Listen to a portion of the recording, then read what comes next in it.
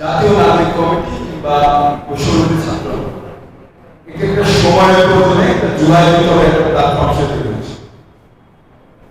আমরা যখন বলি যে আমরা একটা নতুন সংবিধানের কথা বলছি, আমরা যখন বলি যে আমরা একটা সংস্কার পরবর্তী নির্বাচনের কথা বলছি, যে আমরা শুধুমাত্র এর জায়গায় কি ক্ষমতা আসবে কিংবা একটা শুধুমাত্র একটা নির্বাচনের মাধ্যমে আরেকটার কাছে ক্ষমতা যাবে, এই জন্য জুলাই বিপ্লব কেউ মাঠে নামে নাই।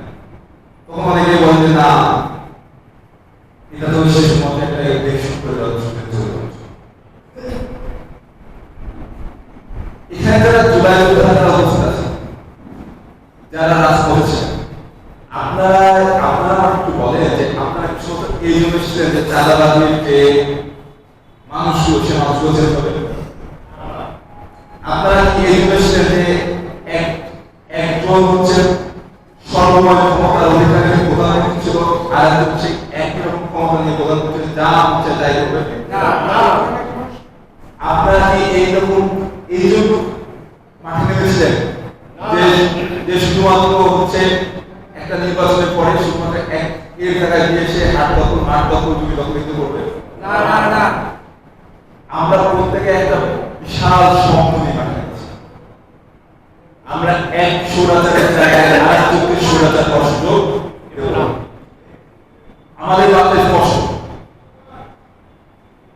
গণপ্রজাতন্ত্রী বাংলাদেশ সরকার এর প্রধান উপদেষ্টা প্রফেসর ডক্টর মোহাম্মদ ইউনূসের নেতৃত্বে বর্তমান সময়ে 15টা সংস্কার কমিশন তৈরি হয়েছে। এর প্রত্যেকটা সংস্কার আগে বাস্তবায়িত হতে হবে।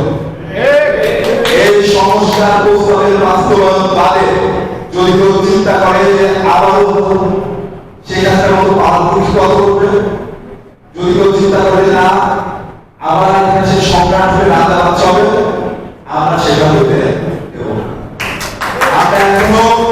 আমরা এখনো ভয় নাই, আমরা এখনো মরি নাই, আমাদের সাথীরা শহীদ হয়েছে।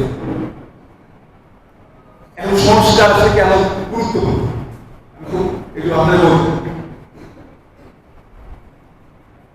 বাংলাদেশের সংবিধানে প্রধানমন্ত্রীকে এত বড় ক্ষমতা দেশে যা মন চাই তাই করতে পারে। বাংলাদেশ মানে একটু কঠিন কথা বলছি, বাংলাদেশে কোন পার্লামেন্টারিয়ান মেম্বার যারা এমপি হয় তারা তাদের প্রধানমন্ত্রীর বিরুদ্ধে কথা বলতে পারে না, বুঝছেন? বাংলাদেশের যে সংবাদ মাধ্যম যে সংস্কার, এই সংস্কার যদি না হয় তাইলে আগে যেরকম মিডিয়া গুলো সেখানে স্তুতি গাইত, সেখানে তেলবাজি করতো, একই ছিল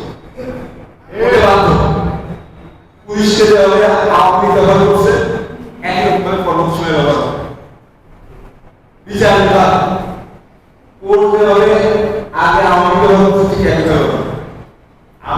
ইভেন যদি এনসিপি কমিটির ক্ষমতায় যায়, আমি এটাও চাই না যে রাজনীতির হাতে এতগুলো ক্ষমতা থাকুক, আকর্ষণের সাথে এতগুলো ক্ষমতা থাকবে তারা সরে যেতে পারে।